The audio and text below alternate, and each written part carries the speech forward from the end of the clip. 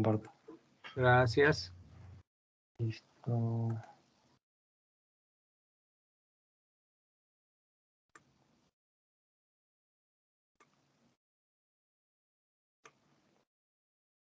Quizás ahí ya puede visualizar. Sí, ahí está su presentación. Ya, listo. Bueno, buenas tardes con todos. Mi nombre es José de Mellos y yo les voy a exponer digestión de los diversos alimentos mediante la hidrólisis. Comenzaremos hablando del índice, donde como primer punto tenemos los objetivos, como ya sean objetivos generales y específicos. Como punto número 2 haremos una pequeña introducción a lo que es la digestión y absorción en el tubo digestivo. Y como punto número 3 comenzaremos desarrollando todos los temas ya que están dentro de lo que es digestión de los diversos alimentos mediante la hidrólisis, donde incluye digestión de los hidratos de carbono, digestión de los hidratos de carbono en el intestino delgado, digestión de las proteínas y digestión de las grasas. Y dentro de digestión de las grasas están todos estos temas que vamos a pasar a explicar. Con punto número 4, las conclusiones, punto número 5, recomendaciones y punto número 6, bibliografía. Bueno, comenzaremos hablando de nuestros objetivos, que como objetivo general tenemos exponer de la manera más clara y didáctica la digestión de los diversos alimentos mediante la hidrólisis. Como objetivos específicos, vamos a describir el mecanismo de hidrólisis en los diferentes tipos de alimentos que sostienen la vida del organismo. Vamos a exponer la función realizada por las enzimas proteolíticas pancreáticas principales en el intestino delgado y vamos a analizar el papel que juegan las sales biliares y la lecitina en el proceso de la digestión de las grasas. Bueno, para comenzar con nuestra pequeña introducción a lo que es digestión y absorción en el tubo digestivo, podemos comenzar diciendo que para sobrevivir el ser humano tiene que alimentarse. Los principales tipos de alimentos que sostienen la vida del ser humano se clasifican en tres principalmente. Estos son los hidratos de carbono, las proteínas y las grasas, con excepción de las vitaminas y minerales. Pero nuestra mucosa gastrointestinal no tiene la capacidad de absorber ninguna de estas sustancias. No absorbe las grasas, pero sí los ácidos grasos. No absorbe las proteínas, pero sí los aminoácidos. No absorbe los carbohidratos, pero sí absorbe la glucosa. Entonces, el proceso para que las grasas se transformen en ácidos grasos, las proteínas en aminoácidos y los carbohidratos en glucosa, se requiere el proceso de la digestión para degradar esas sustancias y así la mucosa gastrointestinal pueda absorberlas.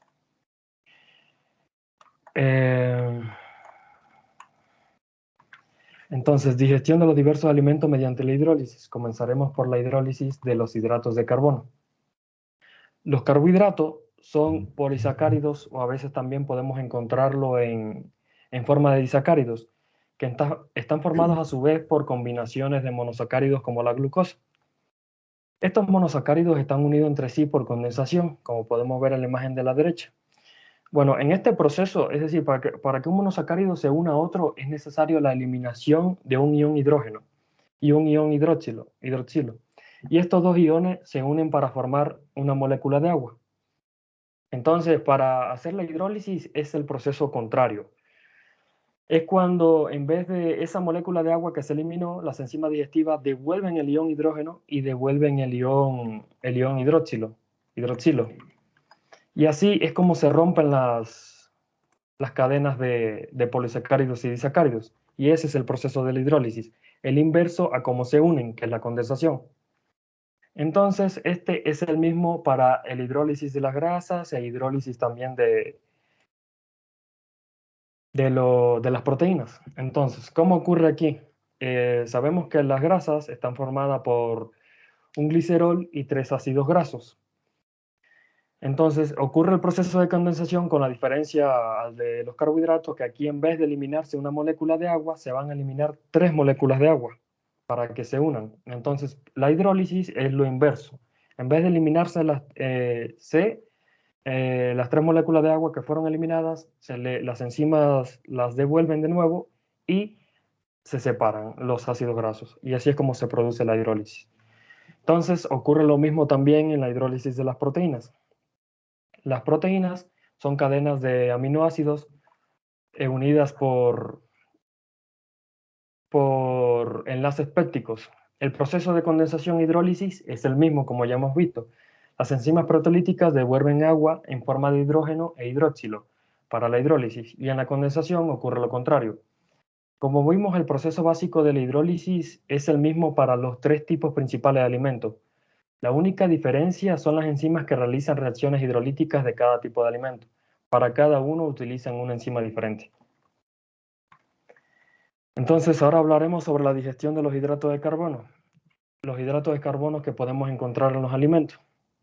Los principales carbohidratos de la dieta, es decir, de nuestra alimentación diaria, son tres principalmente, que es la sacarosa, que es un disacárido que encontramos normalmente en la caña de azúcar, la lactosa, que es un disacárido de la leche, y los almidones, que son grandes polisacáridos presentes en casi todos los alimentos de origen animal, como el pan, los cereales y las patatas. Este almidón es el carbohidrato más abundante en las comidas. También tenemos otros carbohidratos que se ingieren en pequeñas cantidades como la amilosa, glucógeno, alcohol, ácido láctico, ácido pirúvico, pectinas, destrinas y entre otros, pero estos que mencionamos aquí son los más importantes. También en la dieta consumimos mucho lo que es la celulosa, que es un carbohidrato también abundante, pero el ser humano no posee las enzimas para realizar la hidrólisis de la celulosa, o sea que es indigerible, por eso no se considera un alimento para nosotros y no lo contamos aquí. La digestión de los hidratos de carbono comienza en la boca y en el estómago. Bueno, la glándula parótida secreta la enzima tialina, que es la tialina salival, que es una alfa-amilasa. Esta digiere por hidrólisis el almidón en maltosa, que es un disacárido, y en polímeros de glucosa. Pero como los alimentos están poco tiempo en la boca, esta hidrólisis corresponde a no más del 5%.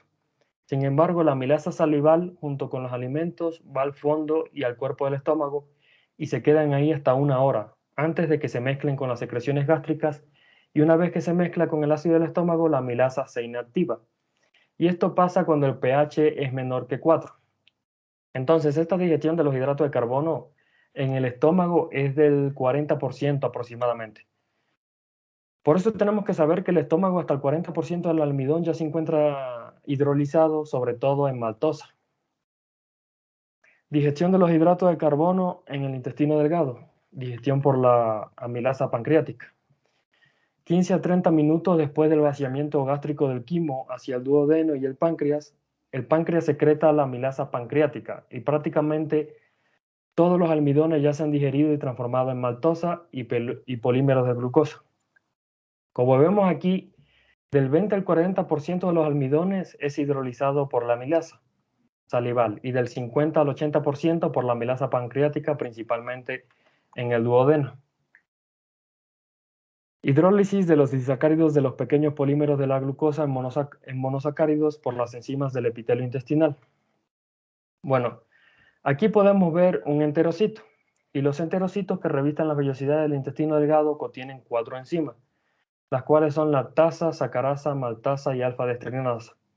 La digestión de los carbohidratos se da cuando entran en contacto, cuando entran en contacto los carbohidratos con las enzimas encontradas en los enterocitos que revisten el borde en cepillo de las vellosidades intestinales.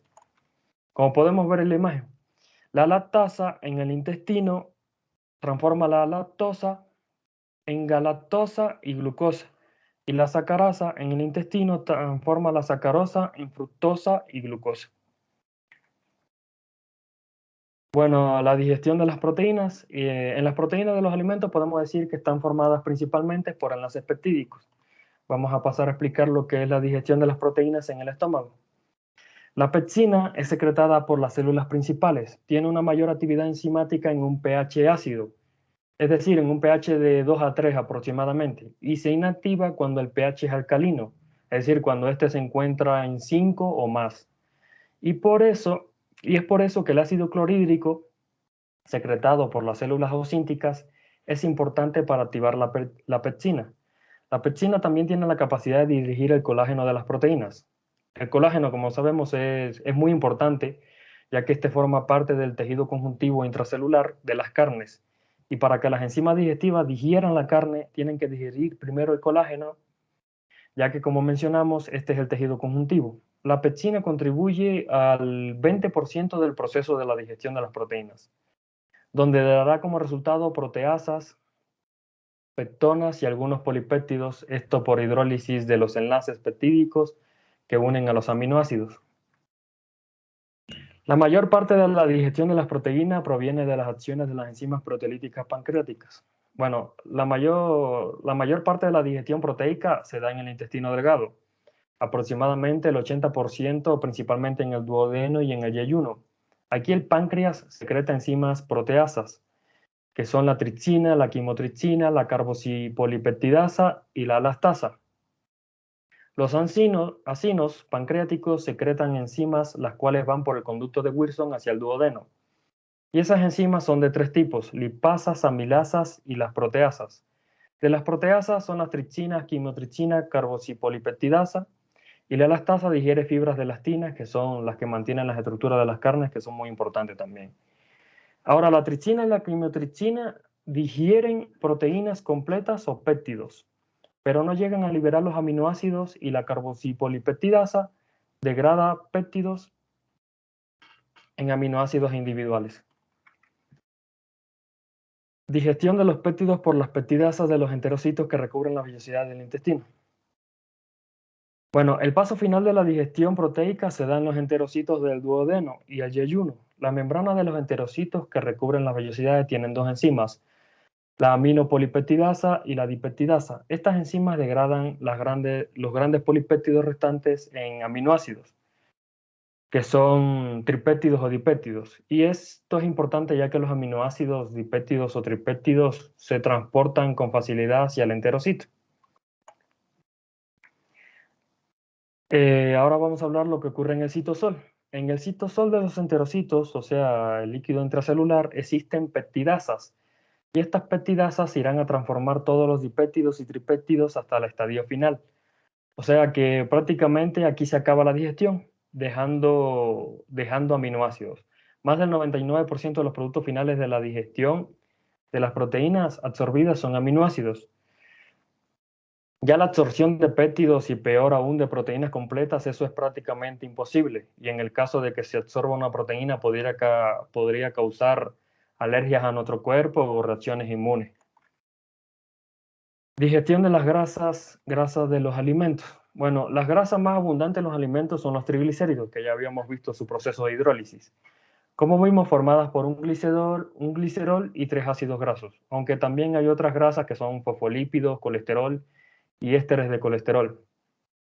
El colesterol no tiene ácidos grasos, pero como su estructura y metabolismo es similar, forma parte de las grasas alimentarias. Bueno, la digestión de la grasa tiene lugar principalmente en el intestino. Bueno, las glándulas linguales en la boca secretan la lipasa lingual. Esta lipasa, que se deglute con la saliva y junto con la lipasa gástrica, secretada por las células principales, digiere una pequeña cantidad de triglicéridos en el estómago. Esta cantidad es menos del 10%. Pero es en el intestino delgado donde se digieren todas las grasas principalmente. Bueno, la primera etapa de la digestión de las grasas es la emulsión por los ácidos biliares y la lecitina. Bueno, la agitación ocurre dentro del estómago, mezcla la grasa y produce la emulsión. ¿Qué pasa cuando ocurre una emulsión? En este caso por peristaltismo, es decir, por la agitación del estómago. Pues esto reduce el tamaño de sus glóbulos, lo cual es importante para el mecanismo que le voy a explicar ahora a continuación. La emulsión se da en parte por el peristaltismo y la mezcla en el tubo digestivo, en el estómago y luego en el duodeno. Pero es la bilis la que emulsiona las grasas de una manera más eficaz. Bueno, ahora vamos a explicar esta parte, que es un proceso ya más complejo. Los glóbulos de grasas en su parte interior son hidrofóbicos o liposolubles, y la lipasa, que es la enzima que digiere, que hace lo que es la digestión, es hidrofóbica o hidrosoluble, es decir, es soluble en agua, no en grasa. Por esto no puede atacar la parte interna del glóbulo, solo puede atacar la superficie.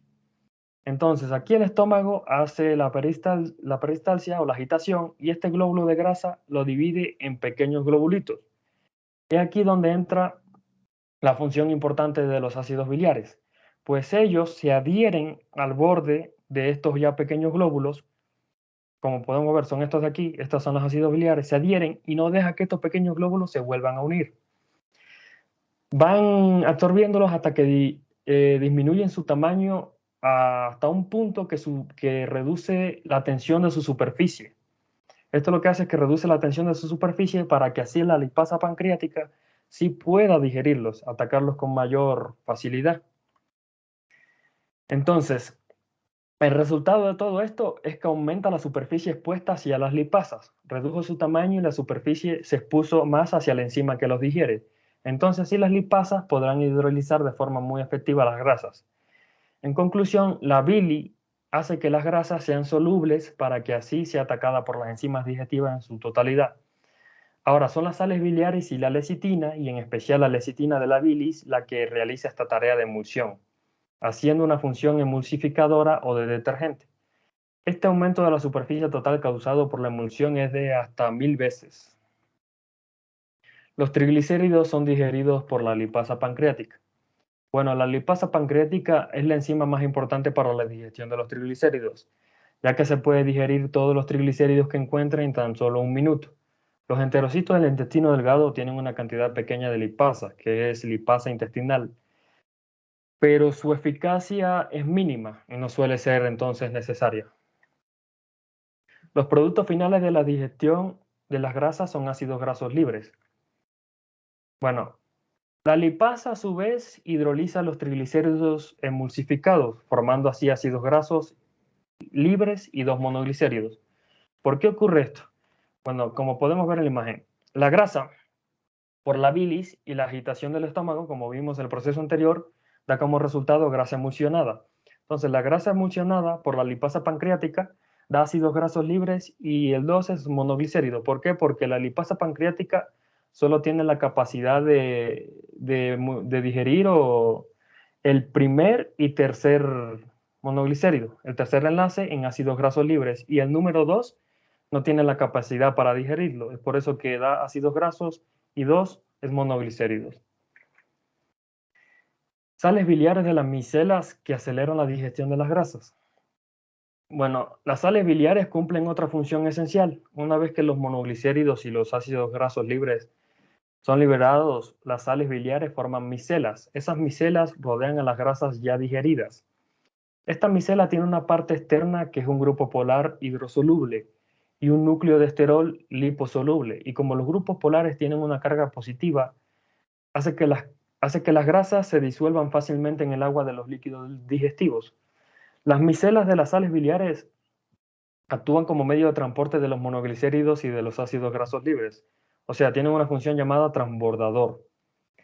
O sea, absorben los monoglicéridos y ácidos grasos. Y las micelas de las sales biliares, una vez que actúa como medio de transporte, se van a absorber para ser utilizadas una y otra vez.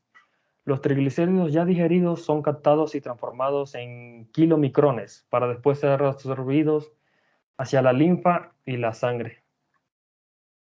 Digestión de los ésteres de colesterol y de los fosfolípidos. Bueno, la mayor parte del colesterol se encuentra en forma de ésteres, que son combinaciones de colesterol libre con una molécula de ácido graso. Y los fosfolípidos contienen cadenas de ácidos grasos en sus moléculas. Ahora existen dos lipasas pancreáticas que van a hidrolizar, hidrolasa de los ésteres de colesterol y fosfolipasa 2, que hidroliza el éster de colesterol y los fosfolípidos respectivamente. Desempeñan el mismo papel que habíamos dicho de transbordador o de transporte en el colesterol libre y los fosfolípidos, de la misma forma que las micelas de las sales biliares, los monoglicéridos y los ácidos grasos libres. Es por eso que las sales biliares son muy importantes para la digestión y absorción de grasas, ya que, resumiendo, cumplen funciones de emulsión de las grasas y de transbordador. Esta función de transbordador se da tanto como en los ésteres de colesterol, como en los fosfolípidos y como en los triglicéridos también. Bueno, como conclusiones, de acuerdo a lo explicado, pudimos darnos cuenta que la hidrólisis es un mecanismo que no presenta un alto grado de dificultad química. Este es el mismo para los tres tipos principales de alimentos. La única diferencia entre estos son las enzimas que requieren para realizar las reacciones hidrolíticas de cada tipo de alimento. Según la teoría explicada, las enzimas proteolíticas ayudan a digerir las proteínas en los alimentos y estas son producidas por nuestro propio organismo, específicamente en el páncreas. Finalmente, se analizó las sales biliares y la lecitina en el proceso de la digestión de la grasa, llegando a comprender su utilidad, reduciendo el tamaño de sus glóbulos, con el fin de que las enzimas digestivas hidrosolubles puedan actuar sobre su superficie.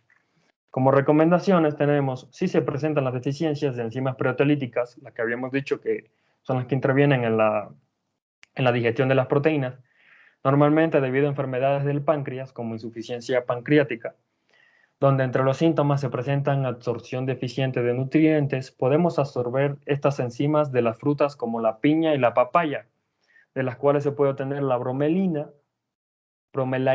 extraída de tallos de piña, y la papaína, que la encontramos en las papayas.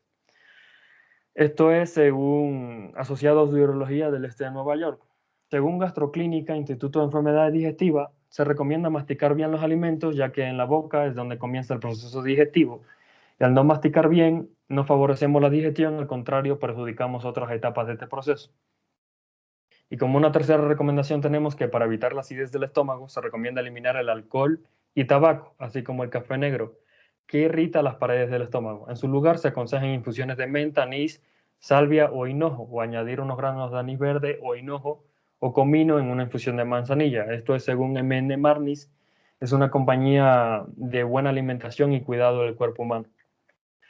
Y en nuestras bibliografías, como primera bibliografía tenemos Guyton, que fue donde se sacaron toda la información y conceptos para poder explicarlos. Como segunda bibliografía tenemos un video de YouTube de un profesor de fisiología que da clases explicando estos temas un poco más didácticos para comprender mejor los procesos que están ocurriendo. Y como las tres últimas bibliografías tenemos los lugares de donde fueron extraídas las respectivas recomendaciones, de Gastroclínica, de M.N. Marni y de Western New York. Muchas gracias por su atención. Bueno, doyme Dios.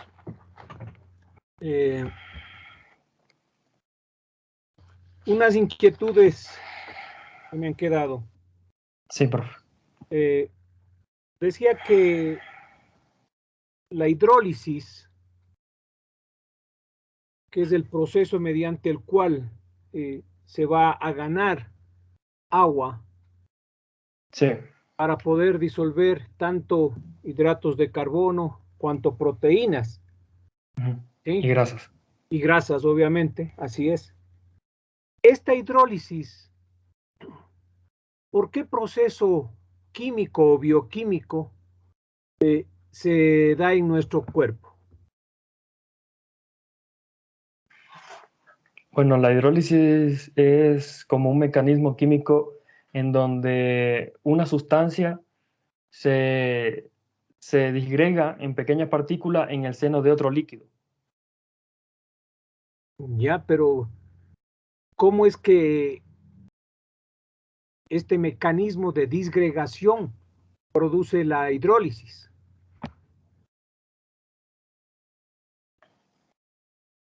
Bueno, las enzimas que habían eliminado los iones hidroxilo y hidrógeno lo devuelven esos iones y esas moléculas de agua rompen los enlaces. ¿Las moléculas de agua rompen enlaces? No, las moléculas de agua ocupan el lugar, Eso sí, por eso no ocupan un rompen lugar enlaces. en el monosacárido. Un ion hidrógeno ocupa un lugar en el monosacárido y el ion hidroxilo en el siguiente monosacárido. Y es ahí donde se rompe el enlace. Ya. Pero repito la pregunta, este proceso de hidrólisis, ¿no?, que produce este mecanismo de ruptura de las grandes moléculas, tanto de carbohidratos, de proteínas y de grasas, ¿sí? ¿Cómo es que se da en nuestras células? A eso me refiero. Tú lo has explicado cómo se produce el proceso de ruptura, ¿no? ¿Cómo sucede? Sí. Uh-huh. ¿Cómo se dan nuestras células? Uh-huh. Porque esto tiene que darse en alguna parte, ¿verdad? Sí. Bueno, comienza en la boca y de ahí sigue hasta el estómago y el duodeno y el yeyuno. Es donde ocurre prácticamente ese proceso. Bueno, en todo ese trayecto prácticamente se da dependiendo del tipo de alimento que hemos ingerido, ¿no?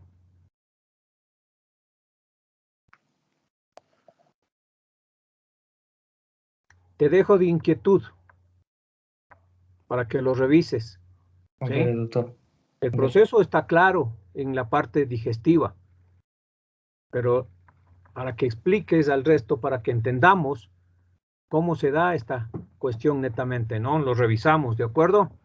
Ok, profe. Ahí va concretamente una bioquímica, ¿no?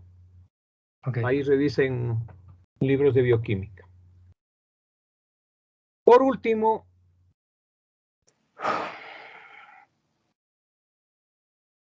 al hablar de netamente de lo que es la descomposición de las proteínas, estas proteínas no llegan completamente a degradarse aminoácidos, sino que se Ujú, quedan en dipéptidos y tripéptidos, ¿no es cierto? ujú. Ya. ¿Qué, ¿Qué es lo que se requiere para que estos dipéptidos y tripéptidos puedan ser degradados hacia aminoácidos y puedan ser utilizados por las células? La activación por la carboxipolipeptidasa es la que activa estas ¿Ya? ¿Qué enzimas pasa para con que esta sigan el proceso. carboxipeptidasa? Activa el resto de las enzimas para que puedan seguir con el proceso de lo que es la digestión, seguir la degradación de esas proteínas. ¿Ya? ¿Y cuál más? A más La de la carboxipolipeptidasa. carboxipolipeptidasa y quimiotripsina. No, No, no, la quimioterapia. Sí, actúa, pero no es tan importante como ya. la elastasa, ¿no? Elastasa, la de las carnes. Exacto. Acuérdate que, bueno, no el 100%, pero sí por lo menos un 85% de los seres humanos somos carnívoros, ¿no? Entonces, justamente estos dipéptidos y tripéptidos que no se logran degradar aminoácidos son justamente, nuevamente, entran en el proceso por medio de la elastasa, ¿no? Bueno, bien, José, muy interesante como nos explicaste y la forma como lo presentaste. Doy mi adiós, José. Sí, ¿Sí? doctor. Tu nota es de 4.1, ¿no? Gracias, doctor. Listo. Vamos con Escobar Heidi. Sí, doctor. Compañera Escobar y compañera Spin, ¿no? Las Ajá. dos presentan el tema. Sí, doctor.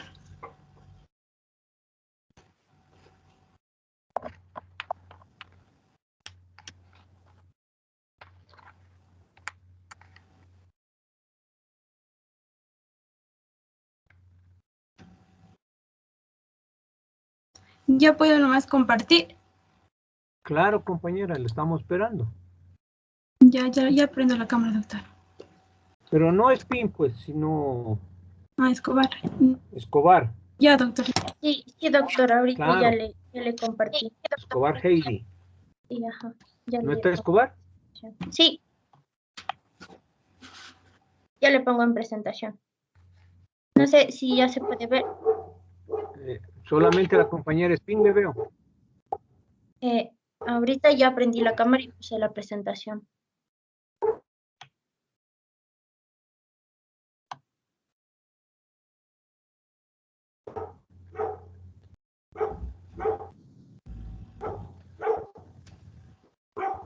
Entonces, buenas tardes, licenciado doctor, buenas tardes, compañeros. A nosotros nos tocó exponer el tema principios básicos de la absorción gastrointestinal. Ya.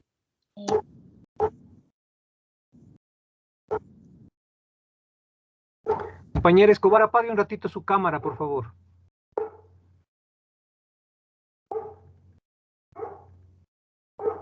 Ya la apagué.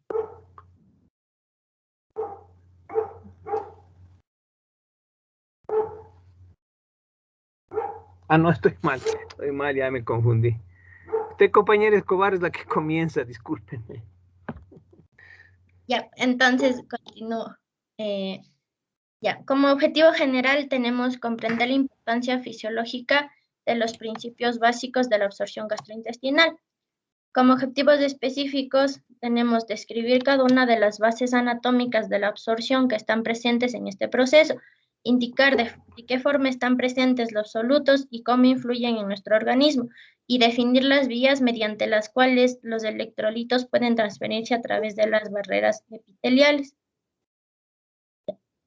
Tenemos el índice, que son principios básicos de la absorción gastrointestinal, 1.1, bases anatómicas de la absorción, 1.2, los pliegues de Kerckring, las vellosidades y las microvellosidades aumentan la superficie de absorción en casi 1000 veces.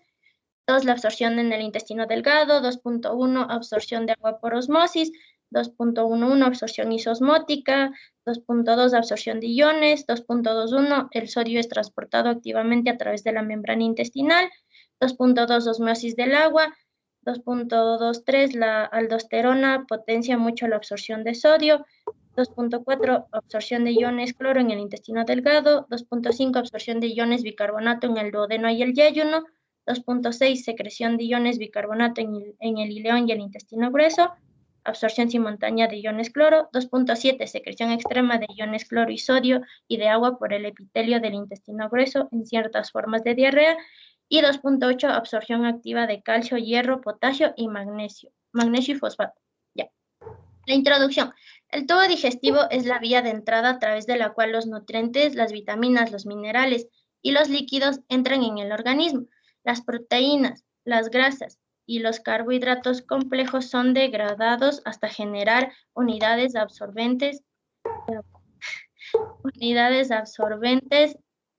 absorbibles digeridos principalmente, aunque no de manera exclusiva, en el yéyuno y el ileón. Los productos de la digestión y las vitaminas, los minerales y el agua cruzan la mucosa y entran en la linfa o en la sangre. Los procesos de digestión y absorción son el tema que trataremos en este capítulo. Las bases anatómicas de la absorción. El intestino absorbe la cantidad de líquido ingerido diario, que son 1.5 litros. También absorbe el contenido de las secreciones gastrointestinales, que son 7 litros.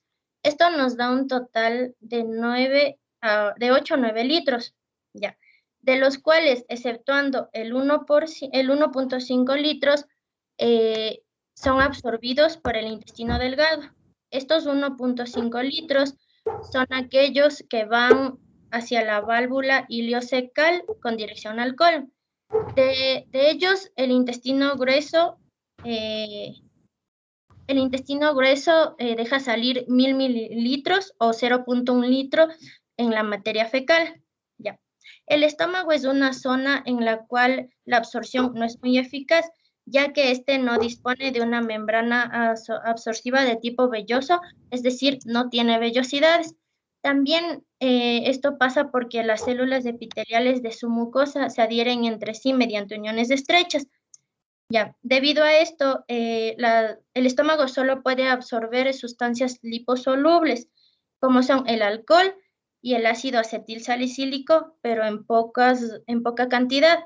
Estas sustancias son solubles en grasas, por eso son liposolubles. Tenemos los pliegues de Kerckring, vellosidades y microvellosidades. En el intestino delgado, a lo largo de todo el intestino delgado, se encuentran varios pliegues que son conocidos como válvulas coniventes o pliegues de Kerckring. Estos pliegues triplican la superficie de absorción. También estos pliegues son circulares y se encuentran a lo largo de todo el intestino delgado y se encuentran bien desarrollados especialmente en el duodeno y en el yéyuno, donde a menudo estos sobresalen al menos 8 milímetros hacia la luz. En toda la superficie del intestino delgado hasta la válvula ileocecal existen millones de vellosidades. Estas se pueden proyectar alrededor de 1 milímetro desde la superficie de la mucosa. Estas son muy próximas unas a otras. Estas se encuentran próximas en la parte proximal del intestino delgado. En esta zona rozan entre sí en la gran mayoría de zonas. Disminuyen conforme se van acercando a las porciones distales del intestino. Estas vellosidades aumentan 10 veces la absorción. Ya. A continuación tenemos las microvellosidades. Las microvellosidades, dentro de las vellosidades encontramos pequeñas microvellosidades con borde de cepillo. El borde en cepillo que se encuentra en las microvellosidades tiene un micrómetro de longitud y 0.1 micrómetros de diámetro. Ya. Estas microvellosidades sobresalen hacia el quimo intestinal. El incremento de la superficie expuesta a la materia intestinal de estas microvellosidades es al menos de 20 veces. Aquí en esta imagen podemos observar que la combinación de los bordes de Kerckring, las vellosidades y las microvellosidades dan un aumento en la superficie de absorción de la mucosa de casi 1000 veces.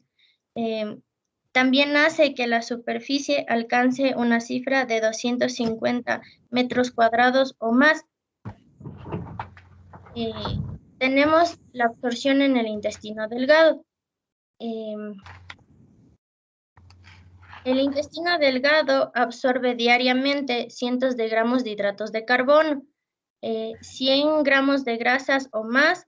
También absorbe 50 a 100 gramos de aminoácidos e iones, absorbe de 7 a 8 litros de agua, pero la absorción normal es muy superior a estas cifras.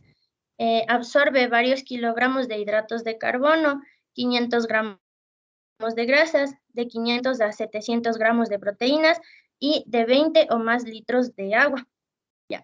El intestino grueso, a diferencia del intestino delgado, este absorbe más iones y agua que nutrientes, como podemos apreciar en imagen. En el intestino delgado se absorben los nutrientes y en el intestino grueso se absorbe el agua y los iones. La absorción isosmótica de agua. Para hablar sobre la absorción isosmótica del agua, debemos primero entender qué es la osmosis. Para entender esto, vamos a recordar lo que es un soluto. Lo que es una solución, perdón. Una solución es una mezcla entre el soluto y el solvente. El soluto puede ser diversas sustancias como el potasio, calcio, la glucosa u otros, ¿ya? Y un solvente, que en este caso será el agua. Esto nos da como resultado una solución, ¿ya? Entonces esto nos da como resultado entender la osmosis del agua, que será la difusión del agua. Es decir, la difusión del agua es el paso de solvente de medio menor a otro que tiene mayor concentración de soluto. ¿Cómo podemos apreciar en imagen? En la imagen podemos apreciar una solución hipoosmolar y una solución hiperosmolar. La solución hiperosmolar es aquella que tiene más concentración de soluto y la hipoosmolar es aquella que tiene menor concentración de soluto. Entonces, recordemos que la difusión del agua es el paso del solvente de menor concentración al que tiene mayor concentración. Entonces, en imagen podemos observar cómo la solución hipoosmolar pasa hacia el lado donde encontramos la solución hiperosmolar para nivelar su concentración, como apreciamos en esta segunda. Ya. Entonces, esto se da porque la absorción de agua obedece a la osmosis. A continuación tenemos la absorción en el intestino delgado. Ya. Aquí tenemos los solutos. El soluto, que son estas pequeñas bolitas que puede ser sodio, cloruro, glucosa y potasio. También tenemos 3 tipos de quimos, que son el quimo hipotónico, el quimo isotónico y el quimo hipertónico. Ya. Aquí podemos observar también la sangre y la luz. Ya. Entonces, podemos decir que el quimo hipertónico es aquel que tiene mayor concentración de soluto y el hipotónico el que tiene menor concentración de soluto. En el quimo hipotónico, o sea, el hiposmolar, se encuentra muy diluido en el agua, por lo que el agua va a pasar en osmosis hacia la sangre, como podemos observar en imagen. El quimo isotónico o isomolar, en este no va a pasar nada porque las concentraciones son iguales. Tiene misma osmolaridad y por eso se va a quedar igual. En el quimo hiperosmolar, que está concentrado, el agua va a dar osmosis y como este quimo está concentrado, el agua por la osmosis va a pasar desde la sangre hacia el quimo, es decir, se va a dirigir hacia la luz intestinal. Para que se pueda absorber el agua, nuestro cuerpo primero va a absorber sustancias como el sodio, el cloruro, la glucosa y el potasio. Luego de absorber estas sustancias, la osmosis va a ir hacia el agua, con osmosis va a ir hacia el quimo. Algo interesante que cabe recalcar aquí son los laxantes, es el uso de los laxantes, ya que estas sustancias hiperosmóticas van hacia la luz del intestino y por el hecho de ser hiperosmóticas causa osmosis del agua hacia la luz, como el ejemplo que estamos viendo. Como el quimo hipermolar está muy concentrado, se va hacia la luz por la osmosis, por el agua y causa diarrea por la presión osmótica. Ya. A continuación tenemos la absorción de iones. Doctor, disculpe, me parece que hasta esta diapositiva ya le tocaba a mi compañera. ¿Por qué? Ah, ya, no, ok, ya sigo, no se preocupe. Entonces, tenemos Siga nomás, compañera Escobar. ya, Cuando entonces, se canse me avisa. no se preocupe. Entonces, tenemos la absorción de iones. ¿No está cansada? No. Ya, El siga sodio nomás. es transportado directamente a través de la membrana intestinal. Ya, entonces, a ver, entonces las secreciones intestinales son de 20 a 30 gramos de sodio. Ya, podemos decir que una persona normal ingiere de 5 a 8 gramos de este ion. Esto se ingiere para prevenir una pérdida neta de sodio por las heces. El intestino delgado debe absorber de 25 a 35 gramos de sodio diarios. Ya, y cuando se eliminan muchas secreciones intestinales, como se da en la diarrea intensa, las reservas de sodio se disminuyen y a veces se disminuyen hasta niveles mortales en caso de horas. En condiciones normales, la cantidad de sodio que se debe excretar junto a las heces es inferior a 0,5%, a 0,5% del contenido intestinal. Doctor, disculpe que le interrumpa. ¿Me tocaba a mí o que sigan más mi compañera? ¿Y ahora con quién tengo el gusto? Con Spin. Señorita Spin, ¿usted ya quiere hablar? Ya me tocaba, si me permite, si no, para que siga mi compañera. Déjele a su compañera, está Ya, doctor. hablando bien bonito. Sí, Ya, ok, entonces... me olvidaba de recalcar que... Perdón, aquí estoy. ya le hizo olvidar, ¿no ve? Sí, lo Ya me siento. interrumpe.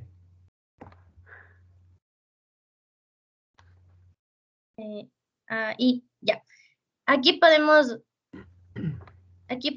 apreciar una imagen donde... Aquí podemos apreciar en imagen el proceso de absorción del agua, del cloro, del potasio y del sodio.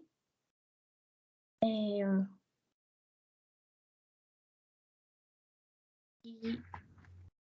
Ya se perdió la compañera sí, Escobar. Ya, se ve el proceso de sodio de absorción del sodio del agua. Ya. Podemos observar también aquí la absorción osmótica del agua, es decir, como el agua sigue al sodio a través de la membrana epitelial. Ya. Podemos decir que la absorción del sodio está estimulada por el transporte activo del sodio desde el interior de las células epiteliales. Esto se da a través de sus paredes basales y laterales. Esto llega hasta los espacios paracelulares. Este transporte obedece las leyes habituales de este proceso, es decir, que necesita energía y el proceso energético está catalizado por las enzimas adenosina trifosfata, conocida como la ATPasa. También podemos decir que una parte del sodio se absorbe al mismo tiempo que los iones cloro. Por esta razón, los iones cloro que poseen carga negativa son arrastrados pasivamente por la carga positiva de los iones sodio. Ya. El sodio se mueve a favor del gradiente electroquímico, desde el quimo hasta el citoplasma de las células epiteliales. Ya. Podemos decir que al hacer esta acción pasan por el borde en cepillo y el sodio se cotransporta a través de la membrana del borde en cepillo mediante varias proteínas transportadoras específicos, como pueden ser el cotransportador sodio-glucosa, los cotransportadores aminoácido sódico y los cotransportadores aminoácido sódico y el intercambiador sodio-hidrógeno. Estos transportadores actúan de forma semejante a los de los túbulos renales, que también proporcionan transporte de los demás iones sodio por las células epiteliales hacia el líquido intrasticial y los espacios paracelulares. También cabe recalcar que estos proporcionan absorción secundaria activa de la glucosa y de los aminoácidos. Estos se activan por la bomba de sodio-potasio. Es la fórmula que tenemos aquí. No sé si... Aquí. Es la fórmula que tenemos aquí. ¿Cuál fórmula? El sodio menos potasio menos la ATPasa. Ya. Entonces, luego podemos observar... Bueno, compañera Escobar, ya notamos que estás lenta en tu exposición. Dejémosle a la compañera Espín entonces. Gracias. Ya, doctor. Le dejo de compartir, ¿verdad? Claro. Ya. Ya le comparto y luego le prendo la cámara. Eso.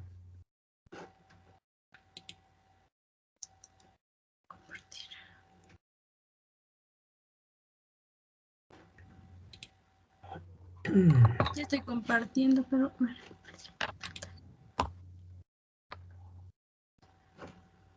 No sé si ya pueda ver.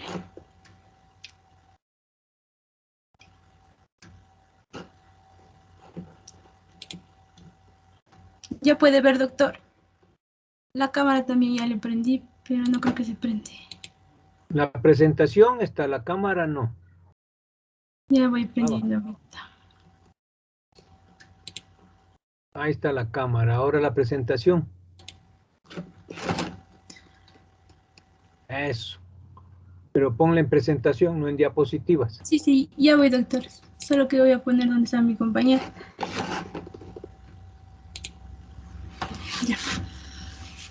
Ya, mi compañero había quedado en la ósmosis del agua. Bueno, la ósmosis del agua se da por dos procesos. Una sería por las transcelulares y la otra por las paracelulares. En las transcelulares tenemos que son mayores a ellas, que se pueden dar en los bordes epicales de las células. En cambio, un pequeño porcentaje se puede dar en las paracelulares, que serían las propias células. la aldosterona potencia la absorción del sodio. Aquí podemos observar que prácticamente está deshidratada, lo cual para esto es que al momento que se deshidrata se demora de 1 a 3 horas para que las enzimas se estimulen. Esto hace que revista la capa del colon. En sí, la capa del colon y el tubo digestivo, del mismo modo, ¿cómo se podría decir? Su función es para que el cloruro sódico se conserve y prácticamente por las heces salgan nula. Entonces, que puedan mantener prácticamente hidratados. Ya. Como ya le había dicho, que es la pérdida del cloruro sódico por las heces que salgan nula. Ahora tenemos la absorción de iones cloro en el intestino delgado. Espérate un ratito, compañera Espín, ¿y qué papel juega la aldosterona aquí? ¿Para qué sirve? Bueno, la aldosterona es una hormona cortisuprarrenal. ¿Para qué sirve? Que ayuda a que conserve el cloruro sódico. Para ¿Cómo que ayuda? no ayudaría el cloruro sódico. Ayudaría que no se, ¿cómo sería? Como que no se pierda el cloruro sódico para que no se deshidrate. ¿En qué parte del aparato digestivo? En el colon. Eso, ya. Ahora sí, sigue nomás, ahora sí pasa. Ya. Absorción de iones cloro en el intestino delgado. Bueno, esto prácticamente es que el cloro absorbe, se podría decir que toma una carga negativa. Esto se realiza por difusión, lo cual se realizaría a través del epitelio.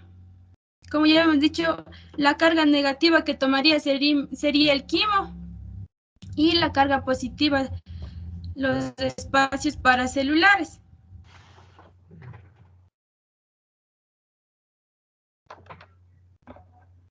Ya. Acá también tenemos la aldosterona potencia la absorción del sodio. Acá tenemos el colon y los tubos digestivos. De igual manera, como ya le había explicado, la aldosterona nos que el cloruro sódico y el agua también se mantenga y no se pierda, para que así no se pueda dar una deshidratación. Ya, como acá tenemos la secreción extrema de iones cloro y sodio y de agua por el epitelio del intestino grueso. Esto se presenta en ciertas formas de diarrea. Ya, la diarrea se da cuando entra una subunidad de la toxina llamada cólera o también otras sustancias dañinas. Esto se da por la eliminación de la cantidad excesiva del monofosfato del adosino cíclico.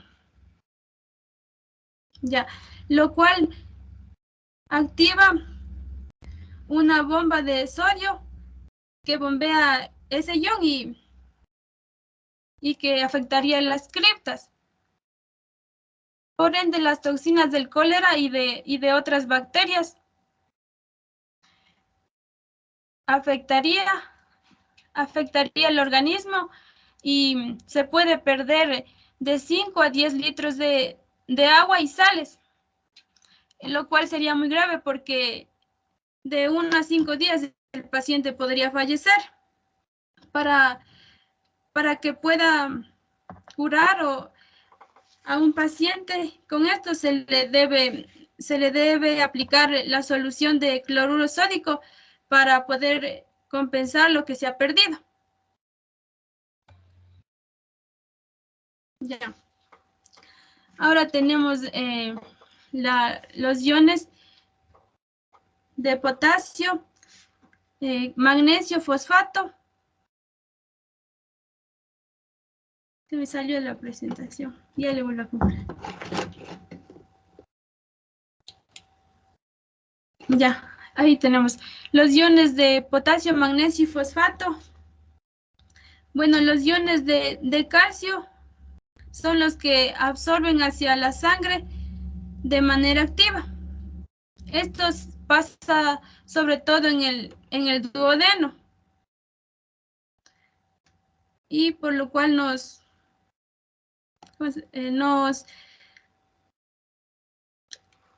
facilita que la hormona paratiroidea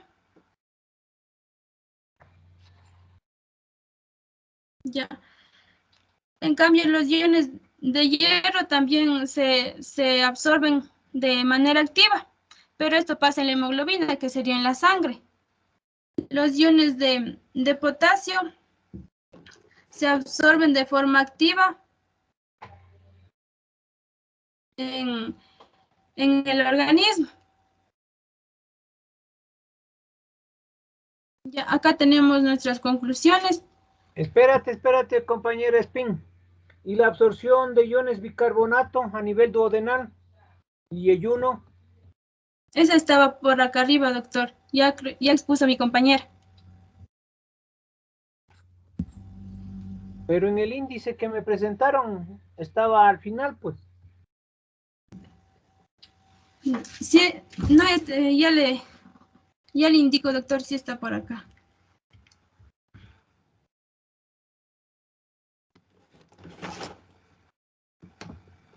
Del yeyuno y del... En el duodeno y en el yeyuno, de bicarbonato.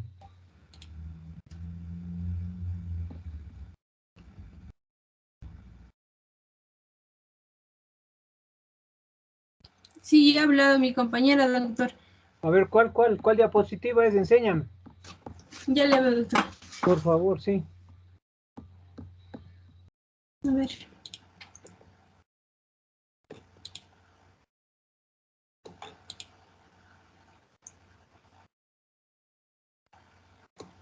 El yeyuno, sí estaba acá, doctor. Por eso, enséñame.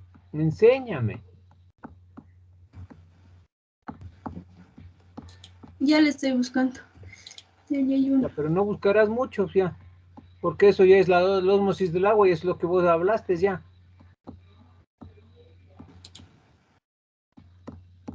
Los iones de cloruro, dijo no, en el duodeno.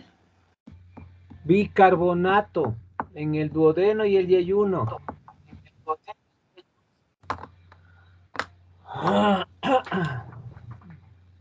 ¿Qué pasó? Creo que se borró, doctor. ¿Ah? Sí estaba, doctor. Sí a ver, estaba. ¿dónde está? Enséñame. A ver, enséñame.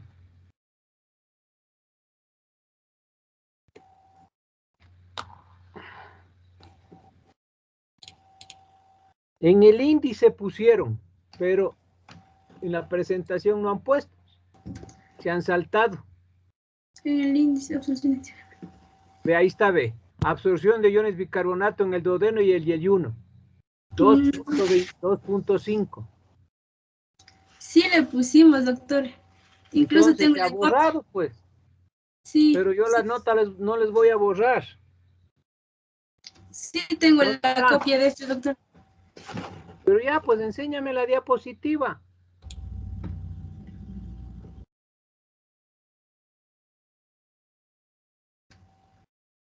Compañera Escobar, ¿dónde habló?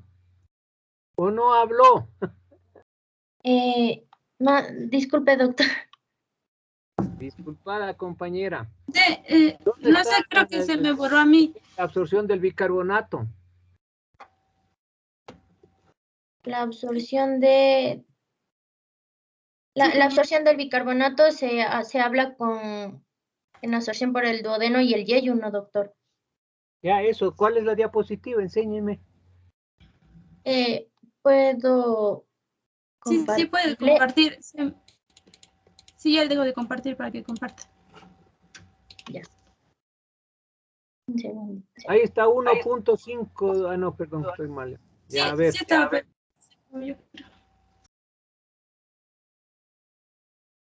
Verán que aquí se está jugando la nota.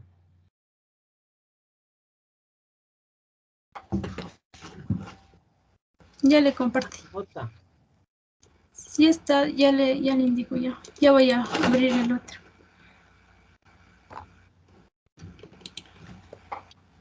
Yo ya tengo. ¿Puedo compartirle? Claro, comparte. Sal de la cámara, Spin. Ahorita le comparto.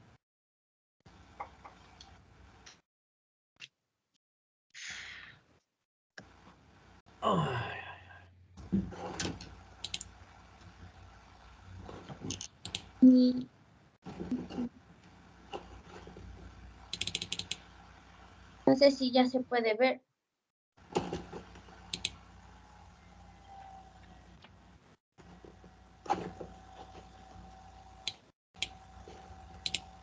Sí, ahí está. Pero esa corresponde.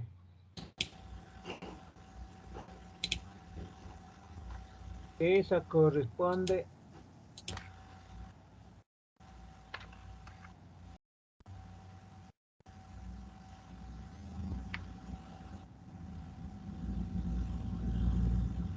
Ya. A la absorción del duodeno y el yeyuno. Correcto, ya. Y del bicarbonato en el ilion y en el intestino grueso.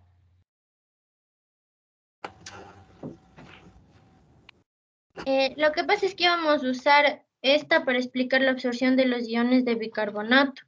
No tiene nada que ver lo uno con lo otro, compañerito. En el hilio y en el intestino grueso es otra cosa diferente. Ningún íbamos a usar. Ya, doctor. Ah.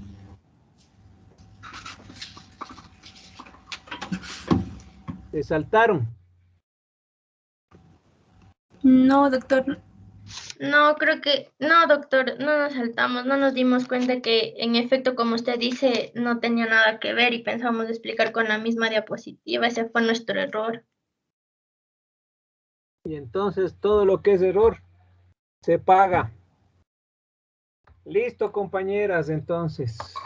La nota de ustedes es de 1.5 para que no vuelvan a olvidarse y cometer ese error, ¿no?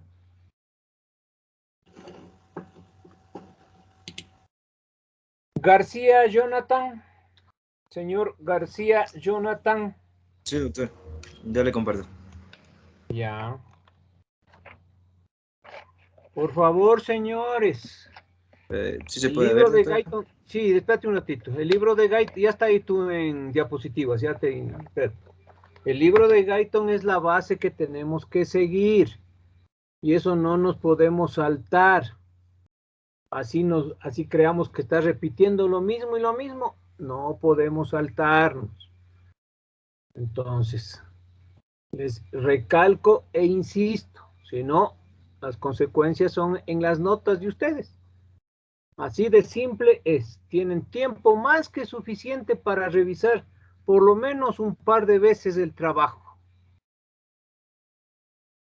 Entonces, y si es entre dos, mayor tiempo aún. Bien. Listo, Jonathan, te escuchamos. Absorción Listo, de nutrientes. se puede visualizar la cámara y Sí, estás en la cámara ya, está en tu presentación en diapositivas, ponle en presentación. ahí se puede ver. Sí, te escuchamos, por favor. Ok. Buenas tardes, doctor. Buenas tardes, compañeros. A mí me ha tocado lo que son absorción de elementos nutritivos del tema digestión y absorción del tubo digestivo. Como objetivos, como índice tenemos los objetivos, objetivo general, objetivos específicos, absorción de nutrientes. Tenemos en 2.1 los hidratos de carbono son absorbidos principalmente como monosacáridos, el 2.2 absorción de otros monosacáridos, el 2.3 absorción de proteínas como dipéptidos, tripéptidos o aminoácidos. Como punto 3 tenemos absorción de grasas, 3.1 absorción directa de ácidos grasos en la circulación portal. Como 4 tenemos absorción del intestino grueso en la formación de heces. 4.1 absorción y secreción de electrolitos y agua. 4.2 capacidad máxima de absorción en el intestino grueso. 4.3 acción bacteriana en el colon. 4.4 composición de las heces. Como 5 tenemos las conclusiones, 6 recomendaciones y 7 la bibliografía. Okay. Tenemos el objetivo general, que es comprender de qué manera los nutrientes llegan al organismo y los procesos químicos necesarios para convertirlos en compuestos apropiados para su absorción. Como objetivos específicos tenemos enumerar los principales carbohidratos alimentarios y definir los procesos que tienen lugar en la luz y en el borde del cepillo del intestino para producir monosacáridos absorbibles, lo mismo que los mecanismos de transporte que permiten la absorción de estas moléculas hidrófilas. Describir vías involucradas en la absorción de proteínas, péptidos y aminoácidos. Ok. La absorción de nutrientes y 2.1, los hidratos de carbono son absorbidos principalmente como monosacáridos. Ok, los hidratos de carbono de los alimentos se absorben en forma de monosacáridos, pero solo hay una pequeña parte que los hacen como disacáridos y también casi ninguno de unas moléculas de mucho mayor tamaño. Entre estos monosacáridos tenemos a la glucosa, la galactosa y la fructosa.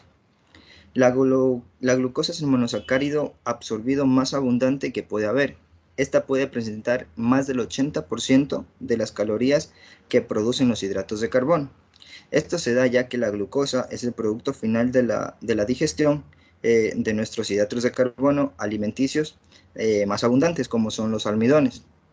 En cambio, el 20% restante de los monosacáridos absorbidos consiste casi por completo en lo que son la galactosa y la fructosa, donde la galactosa procede de la leche y la fructosa es un monosacárido que procede de la caña de azúcar. ¿Okay?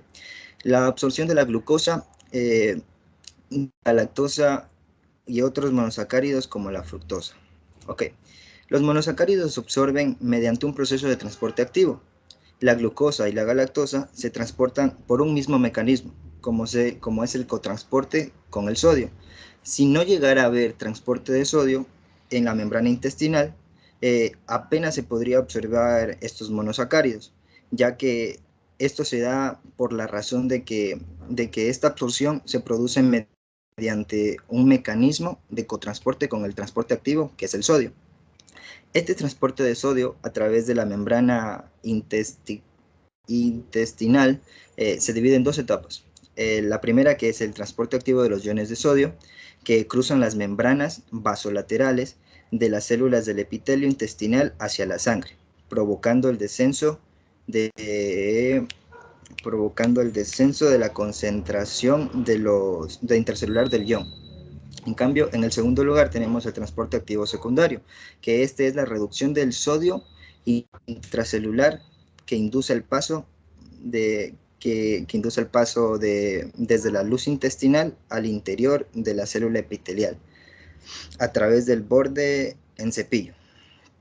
Ok, después de esto, el sodio se combina primero con una proteína de transporte, pero esta no podrá llevar a cabo su función si no se combina con alguna otra sustancia adecuada, como podría ser la glucosa. La glucosa intestinal también se combina con la misma proteína de transporte, de modo que tanto el sodio como la glucosa se transportan juntos hasta el interior de la célula. El sodio, al tener una menor concentración dentro de la célula se puede decir que lo empuja al ion y a su vez también a la glucosa, acompañándolos así hacia el interior del enterocito. Una vez allí, otras proteínas de transporte y enzimas facilitan la difusión de la glucosa hacia el espacio paracelular a través de la membrana vasolateral y de allí a la sangre. En cambio, cuando hablamos de la fructosa, esta no es sometida al mismo mecanismo de cotransporte con el sodio, ya que este monosacárido se absorbe por una difusión facilitada en toda la longitud del epitelio intestinal sin acoplarse al transporte de sodio. La fructosa, ya al estar adentro de esta célula, gran parte de ella se fosforila y más tarde se convierte en glucosa, que por último se transporta a la sangre como en forma de glucosa. Pero como esta no se transporta con el sodio, su índice global de transporte va a ser mucho más bajo que el de la glucosa y el de la galactosa. Ok, aquí en el gráfico, déjenme poner un puntero. Ya. Aquí en el gráfico, el cual saqué del libro de Costanzo, me dice que la galactosa y la glucosa son transportadas de la luz intestinal hacia la célula epitelial del intestino delgado con el cotransporte de sodio en la membrana luminal. Este azúcar es transportado contra gradiente y el sodio a favor de gradiente. Luego son transportadas la glucosa y la galactosa a la célula de la sangre mediante la difusión facilitada. ¿Okay? La absorción de proteínas como dipéptidos, tripéptidos o aminoácidos. Tras la digestión de casi todas las proteínas, se absorben a través de las membranas luminales de las células epiteliales intestinales en forma de dipéptidos, tripéptidos y algunos son aminoácidos libres. La energía para la mayor parte de este transporte proviene del mecanismo mismo del cotransporte de sodio, al igual que sucede con la glucosa. Casi todas las moléculas de los péptidos o de aminoácidos se unen en la membrana de la microvellosidad celular con una proteína de transporte específica, que requiere también su unión con el sodio para el transporte. Después de esto, el ion sodio entra en la célula a favor de gradiente electroquímico, arrastrando consigo al aminoácido o péptido, como se trata del llamado cotransporte de los aminoácidos y los péptidos, o también más conocido como el transporte activo secundario. Hay unos pocos aminoácidos que no necesitan de este mecanismo de cotransporte con el sodio, pero sino que son transportados por proteínas especiales de la membrana, de la misma manera de la fructosa, que son por difusión facilitada. Igualmente aquí en el gráfico podemos observar que los aminoácidos son transportados con el cotransporte de los dependientes del sodio y entran a lo que es a la célula epitelial. Igualmente los dipéptidos y tripéptidos, en cambio, son transportados por contransporte de la dependiente de hidrógeno. Entonces aquí los dipéptidos y tripéptidos se unen con las peptidasas, y las cuales estas las hidrolizan en aminoácidos, y estas son transportadas desde la célula a la sangre por difusión facilitada. Ok, la absorción de las grasas.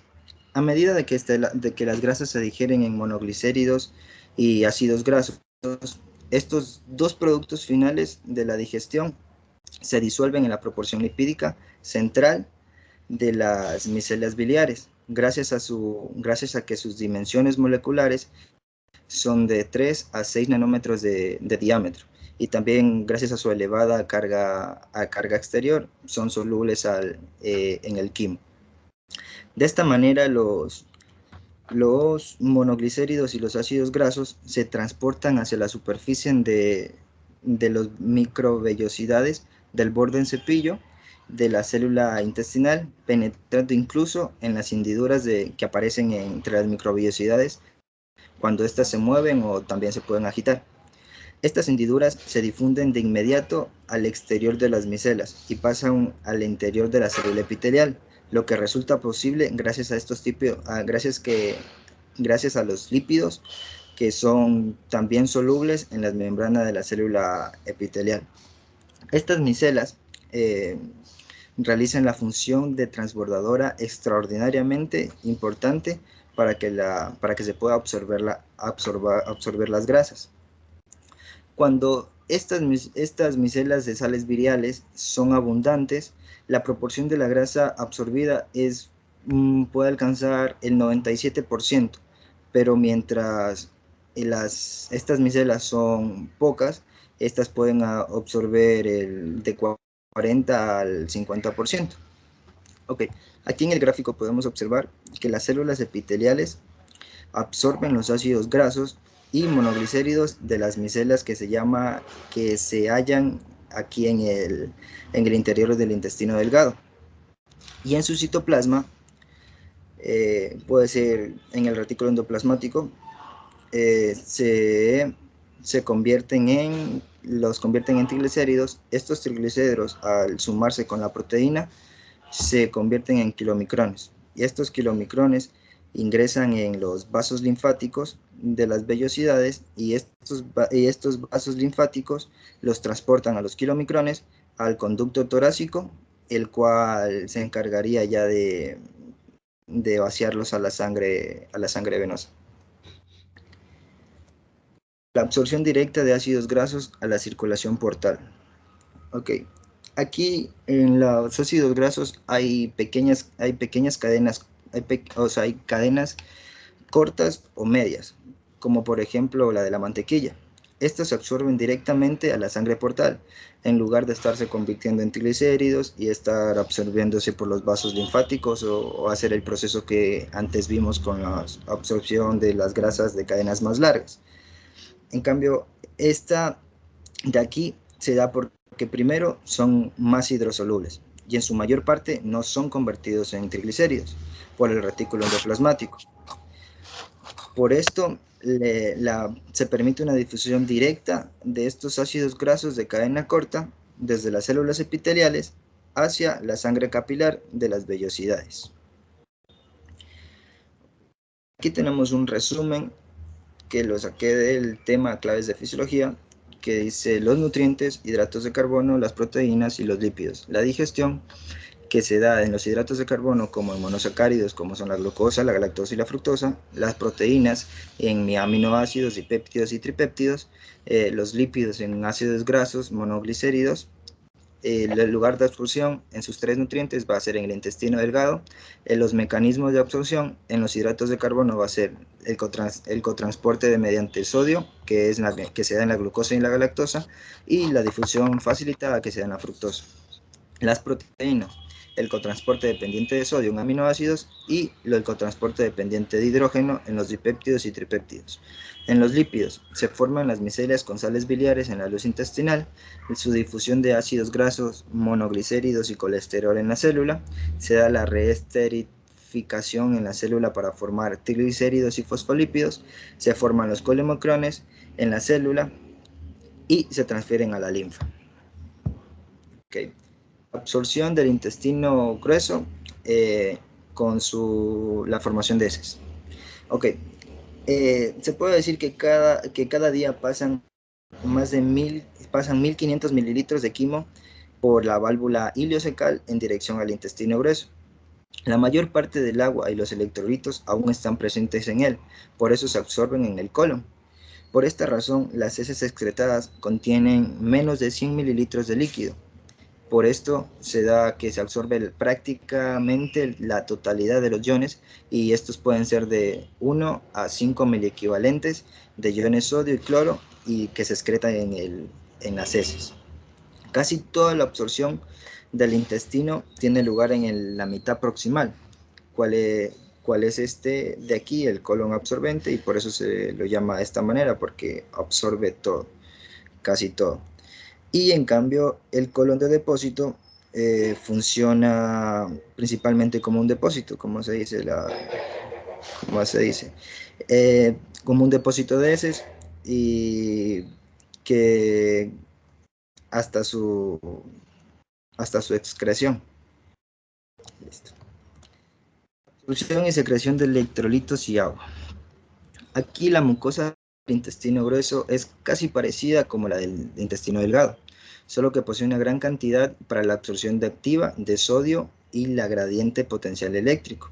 Esta se crea por la misma causa de la absorción del cloruro. Las uniones estrechas entre las células epiteliales y del intestino grueso son mucho más estrechas que las del intestino delgado. Esto hace que se evite la difusión retrógrada de cantidades significativas de iones a través de ellas. Por esto, la mucosa del intestino grueso absorbe iones de sodio de una manera mucho más completa. Se puede decir que contra un gradiente de concentración mucho mayor que la del intestino delgado. Esto es especialmente cuando hay cantidades de aldosterona circulante, ya que esta hormona potencia gran cantidad de la capacidad de transporte de sodio. También sucede en las porciones distales del intestino delgado. La mucosa del intestino grueso secreta iones de bicarbonato, los cuales podemos ver acá, al mismo tiempo que absorbe los iones de cloro por el proceso de transporte con intercambio. Este bicarbonato ayuda a neutralizar lo que son los productos terminales de ácidos de la acción de las bacterias en el intestino grueso. La absorción de iones sodio y cloro crea un gradiente osmótico a través de la mucosa del intestino grueso, y esto ayuda a la absorción del agua. Y la capacidad de absorción del intestino grueso. El intestino grueso puede absorber un máximo de 5 a 8 litros de líquido y electrolitos al día. Cuando la cantidad total de esto penetra en el intestino grueso a través de la válvula ileocecal o debido a la secreción del propio intestino grueso, se supera esta cantidad, el exceso se elimina en las heces de forma de diarrea. Estas toxinas de la cólera o algunas otras infecciones bacterianas suelen estimular la secreción de 10 o más litros diarios de líquido en las criptas, en el ileón terminal y en el intestino grueso, causando una intensa diarrea que puede llegar a ser mortal. La acción bacteriana del colon.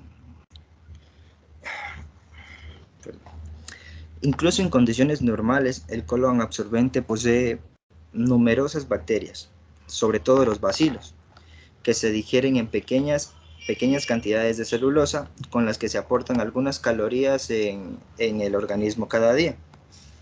Otras sustancias en las que se puede formar por la consecuencia bacteriana pueden ser la vitamina K, la vitamina B12, la vitamina B1, que puede ser la que más conocida como tiamina, la vitamina B2, la riboflavina, bueno, estas 4. Y también los diversos gases o flatulencias del colon, que son los más abundantes, son el anhídrido de carbono, el gas hidrógeno y el metano. La vitamina K, producida por estas bacterias, reviste especial importancia, ya que la cantidad diaria que se ingiere de los alimentos suele ser insuficiente para mantener la coagulación sanguínea adecuada. Ok, las composiciones de las heces. Normalmente las heces están formadas por 3/4 partes de agua y 1/4 parte de materia sólida, que a su vez también contiene 30% de bacterias muertas, de 10 a 20% de grasas, de 10 a 20% de materia inorgánica, de 2 a 3% de proteínas, el 30% de productos no digeridos y componentes secos de los jugos digestivos, como pueden ser los pigmentos biliares, las células epiteliales desprendidas.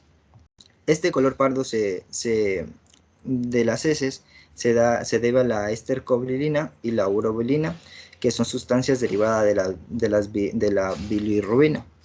El olor son consecuencia de los productos de la acción bacteriana, los cuales varían de la persona. y el tipo de alimentación. Los productos odíferos pueden ser el indol, escatol, mercaptanos y ácido sulfídrico. Bueno, como conclusiones tenemos una comida mixta típica consta de carbohidratos, proteínas y lípidos. Estos últimos en su mayor parte son en forma de triglicéridos. Cada uno de ellos debe ingerirse para permitir su absorción hacia el organismo. Tanto los carbohidratos como las proteínas, con la excepción de los monómeros de la glucosa, deben ser ingeridos para permitir su captación a través del epitelio intestinal.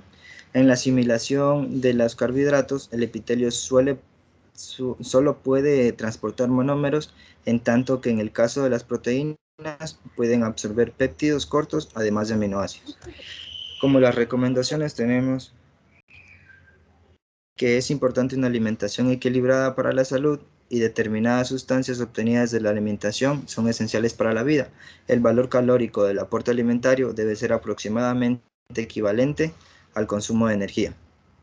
Para mejorar la regularidad intestinal es necesario aumentar el volumen de peso y las heces a través del consumo de principalmente la fibra, que se debe favorecer una microbiota sana y fuerte. La microbiota facilita una correcta absorción de los nutrientes en el intestino y normaliza el tránsito. Una buena actividad física es la mejor forma de fomentar el bienestar y una buena salud. Aquí tenemos la bibliografía. Bueno. Gracias. Salga de la presentación, compañero García. Prenda su cámara, por favor. Digamos, quédese en su cámara. ¿Qué es eso de la microbiota que decías al último recomendación? No entendí. ¿De la qué, profe? Microbiota, decías. Microbiota. Ah, microbiota. ¿Qué es la dieta microbiótica? La dieta microbiótica. A ver, una dieta microbiótica era principalmente de la fibra, se necesita de la fibra, ya que esta sustancia, la microbiótica, facilita la correcta absorción de estos nutrientes en el intestino y normaliza el tránsito. A ver, no te entendí. La dieta microbiótica es fibra. Es el consumo principalmente de fibra. Esa es la dieta microbiótica. De lo que yo De lo que tú has consultado y tú estás mencionando ahí. Sí. Ya. ¿En dónde Sí. encuentras en los alimentos fibra? Fibra. Claro, tú estás recomendando una dieta microbiótica, que es una dieta a base de fibra. Entonces, ¿qué alimentos contienen fibra?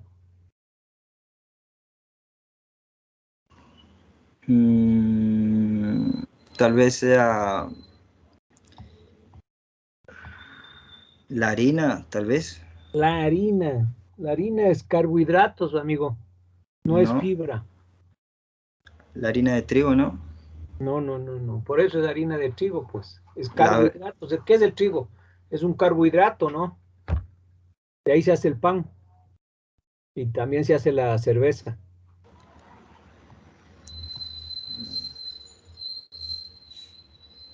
¿Por qué recomiendan algo que no saben? Y si no saben, ¿por qué no investigan?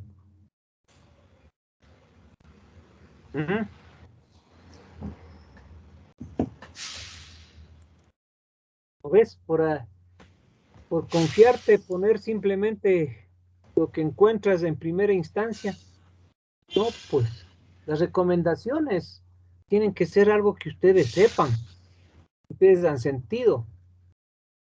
Pero de lo contrario, no, pues uno tiene ningún contenido científico, recomendar algo que ni siquiera sé. ¿Qué pasa, compañero García? Un trabajo que simplemente es 1 en 16 semanas. No le damos la importancia de vida. Creemos que como no se ha de dar cuenta que estoy leyendo, sigo nomás. No, pues si lo que me interesa es que entiendan, no que me lean los copiados de la fisiología. Lo que me interesa es que ustedes entiendan. A ver, compañero, hablabas de la absorción de las grasas.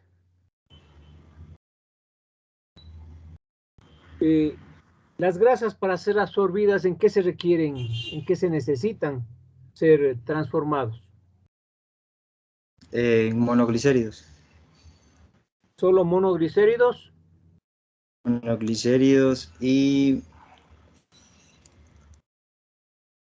Y ácidos ácidos grasos, ¿no? grasos, ácidos grasos. Ya, ácidos grasos. Ya, ¿por dónde se absorben los monoglicéridos y los ácidos grasos? Por las micelas biliares. Entran No, hacia no, las la micelas célula, biliares no absorben. Las micelas por biliares, ahí. como te indicó tu compañero José, doyme a Dios, no disuelven, las descomponen, las desgradan, pero no las absorben, pues, las micelas. ¿Dónde se absorben?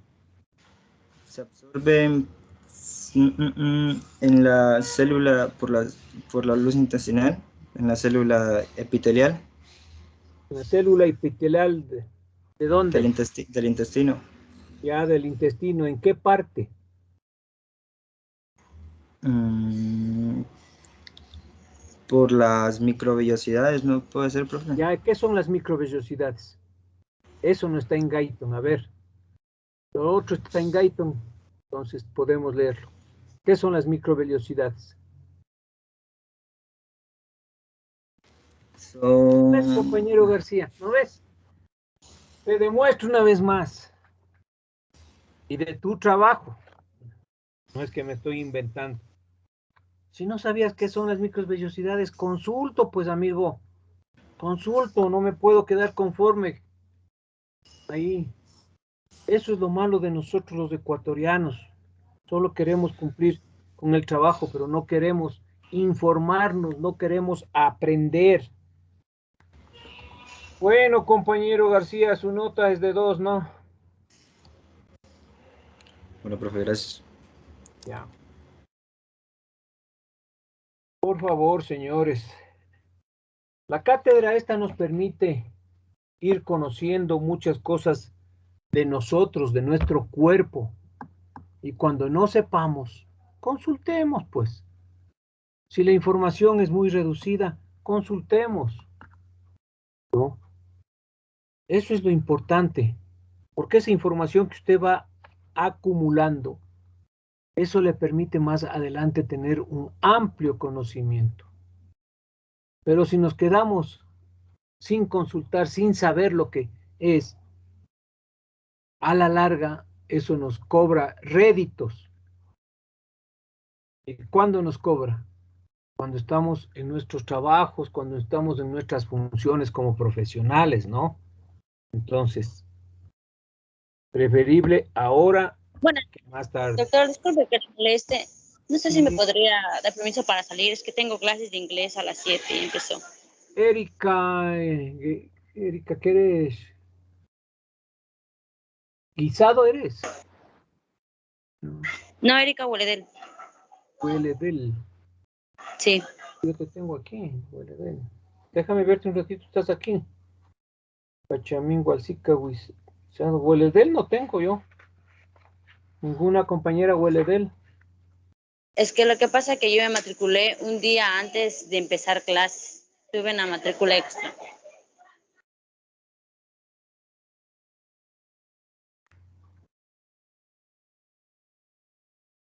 Pero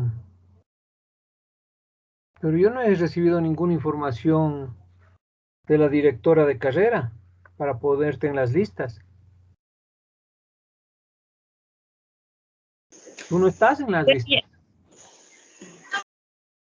Entonces ya voy a hablar con la directora porque ella me asignó eso, los matrículas extras, porque yo me quedé sin cupo. Ya, dile que me hagas llegar porque yo no te he puesto aquí en las listas. Y por eso no te he nombrado y por eso no has estado actuando conmigo. Y ya vamos Pero al final de la primera unidad. Qué pena. Listo. Pero, profe, yo sí le avisé eso porque yo no estaba agregada al Teams. Incluso usted dijo que le envíe por correo. Y yo le envié por correo mi nombre. Pero no me dijiste que no estabas en la lista. Una cosa es al Teams y otra cosa es en la matriculación. Yo para agregarte de matrícula al aula virtual, tú no estás en el aula virtual. Eso es Sí, diferente. eso no sabía, pero yo más que todo voy a hablar con la ¿Cómo que no directora. sabía? Pero si ya lleva cuántos semestres, compañera, en esta, así de manera virtual. Es que con los demás profesores también me matriculé en las extras y yo sí estoy en las listas, por eso. ¿En qué lista está? En la de química analítica, estadística y... Bueno, pero el informe en mi lista y en mi aula virtual, usted no está. Eso le informo, porque no sé cómo pueda dar la prueba y el examen respectivo. Está en el Teams, porque usted me ha dicho, porque no estaba en el Teams, pero yo le agregué al Teams. Pero al Teams yo puedo agregar a cualquier persona, absolutamente. Pero en la cuestión de matriculación no puedo yo agregar. Y eso es el aula virtual, para que usted pueda entrar a dar la prueba y pueda entrar a dar el examen. Entonces, haga ese trámite mejor a tiempo y que me informen, por favor, que me envíe la certificación la doctora Naranjo, ¿no? Listo. A ver, compañero Granda Héctor.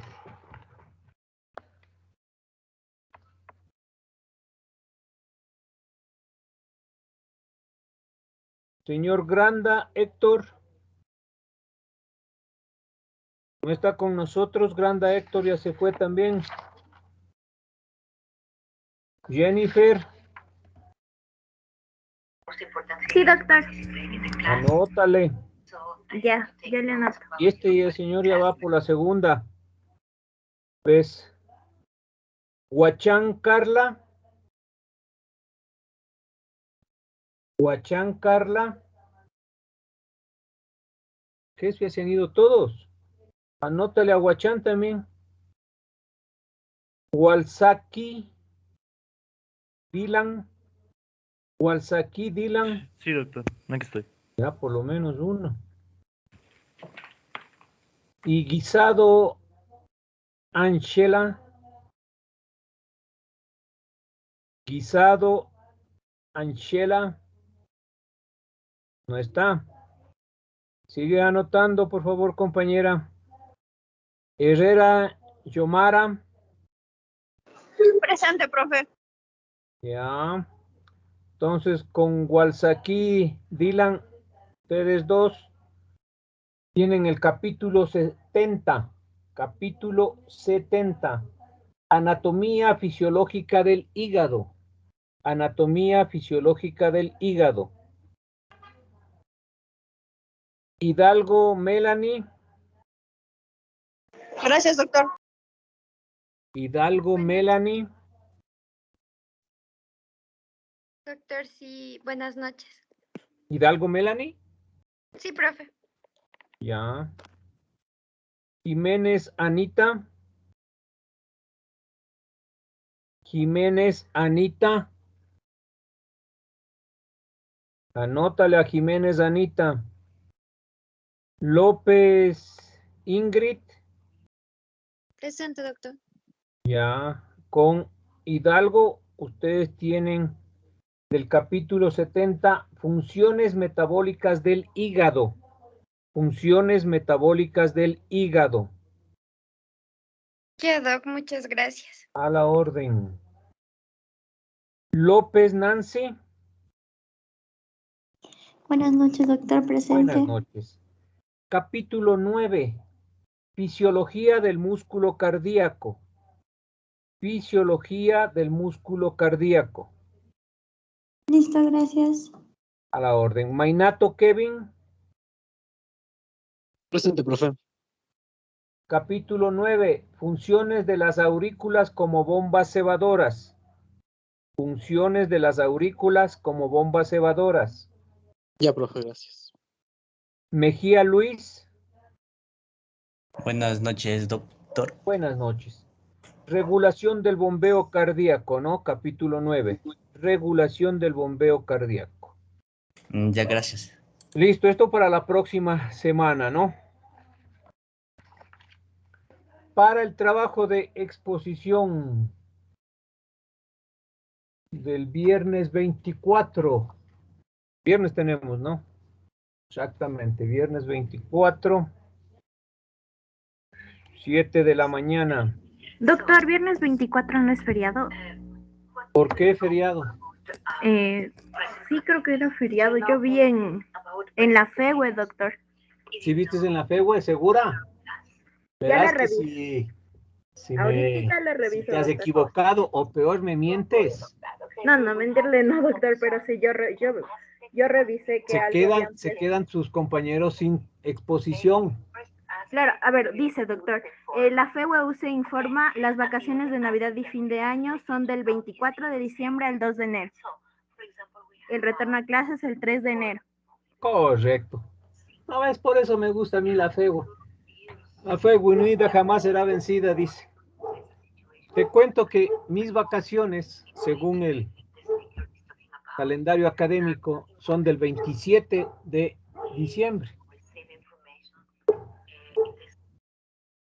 Desde el 27 de diciembre al 2 de enero. Entonces, el 24 se supone que teníamos clase, pero como la FEWE ya les ha dicho que no hay clase, yo respeto esa situación y me sumo a la FEWE. Así es que no hay grupo para ese día. Listo, entonces solamente nos vemos este viernes, la última exposición grupal, ¿no? Listo, compañeros, eso es todo de mi parte. Un gusto inmenso, una buena noche. Cuídense y nos vemos el día viernes a las 7. Muchas gracias, profe. Gracias, profe. Hasta luego. Profe. Hasta, profe. Gracias. Hasta luego. Muchas gracias.